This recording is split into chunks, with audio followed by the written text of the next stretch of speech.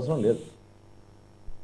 వెంకటేశ్వర రెడ్డి గారు, అదండి నాదెండ్ల మనోహర్ గారు అయితే చాలా క్లారిటీతో ఉన్నారు. ఉన్న అన్ని పార్టీల్లో ఉన్న అందరు నాయకులతో పోలిస్తే ఆయనకి పిచ్చ క్లారిటీ ఉందనేది అర్థమైపోతుంది. ముందుగా 99 వీక్షకులకి, ప్యానల్లో ఉన్న పెద్దలకి, రాష్ట్ర ప్రజలకి, మీకు శుభోదయం. మానవుడే మహనీయుడు, మనిషే దేవుడు అన్న చందంగా మామూలుగా ఒక మాట చెప్పాల్సి వచ్చినప్పుడు పవన్ కళ్యాణ్ గారికి గతంలో గాజువాక్ కావచ్చు, భీమవరం కానీ పోటీ చేసినప్పుడు చేదు అనుభవాలు ఎదురైనాయి. పిఠాపురంలో ఆయనకు విజయం దక్కింది కాబట్టి అది పిఠాపురం ఆయన అడ్డా అని చెప్పుకోవటంలో తప్పేం లేదు. ప్రజలు అక్కడ ఆయన ఆదరించారు అని భావించి పిఠాపురం ఆయన అడ్డా అని చెప్పుకోవడం తప్పేం లేదు.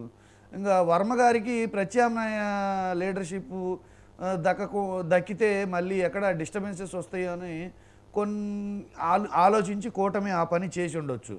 ఇక్కడ ఇవన్నీ ఇప్పుడు మనం ప్యానల్లో ఉన్న సభ్యులు కానీ లేకపోతే కూటమి ప్రతినిధులు కానీ కూటమి పెద్దలు కానీ ఏముంటుందండి, ఇప్పుడు ఒకరినొకరు ఎందుకు విమర్శించుకుంటారు? స్వరడబ్బా, పరడబ్బా, పరస్పర డబ్బా. తర్వాత ఎన్నికలు వస్తే ప్రజలు వాయించేది బాండ్ బాజా, ఆ సౌండ్ రీసౌండ్ వేరుగా ఉంటుంది.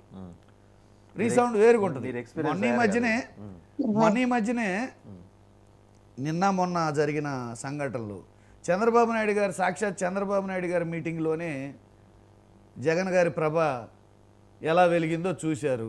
మా ప్రాంతంలో ఎంపీ, ఎమ్మెల్యే, కాలేజీ యాజమాన్యం మొత్తం తెలుగుదేశం పార్టీ వాళ్ళు పెట్టిన మీటింగ్లో జగన్మోహన్ రెడ్డి గారి పేరు ఎత్తగానే రీసౌండ్ ఎలా వచ్చిందో ప్రజలందరూ చూస్తూనే ఉన్నారు. ఇవన్నీ గమనించి చూస్తే ఎప్పుడు ఎన్నికలు వస్తే అప్పుడు మా ప్రభుత్వం పోద్ది అని చెప్పేసి కూటమి పెద్దలు సిద్ధమై ఉన్నారు.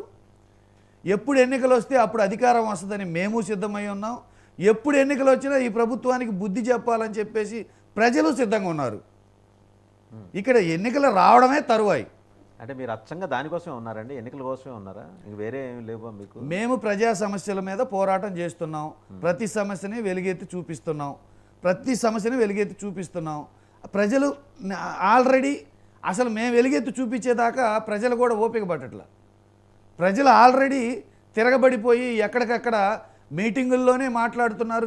తెలుగుదేశం పార్టీ మీటింగుల్లోనే మాట్లాడుతున్నారు.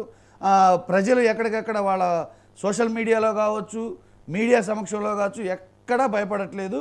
ఎక్కడా కూడా కౌంటర్ చేస్తూనే ఉన్నారు. అది ఈ మీడియా సాక్షిగా అందరికీ అర్థమవుతుంది. ఎక్కడ ప్రజలు భయపడలేదు. ఇక్కడ ప్రజలు సరే కానీ పిఠాపురం వర్మ గారికి మీరు ఏమైనా గాలం వేస్తున్నారా? వైఎస్ఆర్సీపీ ఒకరికి గాలం వేయాల్సిన పని లేదు. కలిసి వచ్చే వాళ్ళందరినీ కలుపుకొని పోవడం, ఈ ప్రభుత్వ వ్యతిరేకులందరినీ కలుపుకొని పోవడంలో మేము ముందుంటాం. ఈ ప్రభుత్వ వ్యతిరేకులందరినీ కలుపుకొని పోవడంలో మేము ముందుంటాం. మా ప్రయాణం కొనసాగుతూనే ఉంటుంది. కలిసి నడిచేవాళ్ళు నడుస్తారు, పక్కకు పోయేవాళ్ళు పోతారు. మా సిద్ధాంతం, మా ఎయిము, మా గోలు ఒకటే, ప్రజా సంక్షేమం, పేద ప్రజలే. రెండు అంశాలు ఉన్నాయి వెంకటేశ్వర రెడ్డి గారు. ఇప్పుడు ఒకటి ఏంటంటే 12 నుంచి మీరు పోరు ఫీజు యాత్ర ఒకటి పెట్టుకున్నారు. మీ టెలికాన్ఫరెన్స్లకి సజ్జల గారు ఏర్పాటు చేస్తుంటే కనీసం అటెండ్ అవడానికి కూడా మీ నాయకులు పెద్దగా ఇష్టం చూపించట్లేదు. రెండో అంశం, జూన్లో ఒక 21 మున్సిపాలిటీలకు ఎన్నికలు జరుగుతున్నాయి. మీరు ఏమైనా కంటెస్ట్ చేసే అవకాశం ఉందా? మళ్ళీ పలాయనవాదమేనా ఇక్కడ కూడా? ఇక్కడ ముందు 12న జరగబోయే ఫీజు పోరు మీరు చూస్తారు.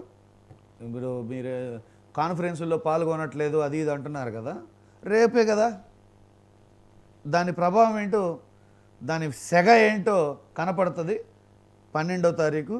ఆ సెగ చూసినప్పుడు రైతు పోరు ఎట్లనే చూశారు, ఫీజు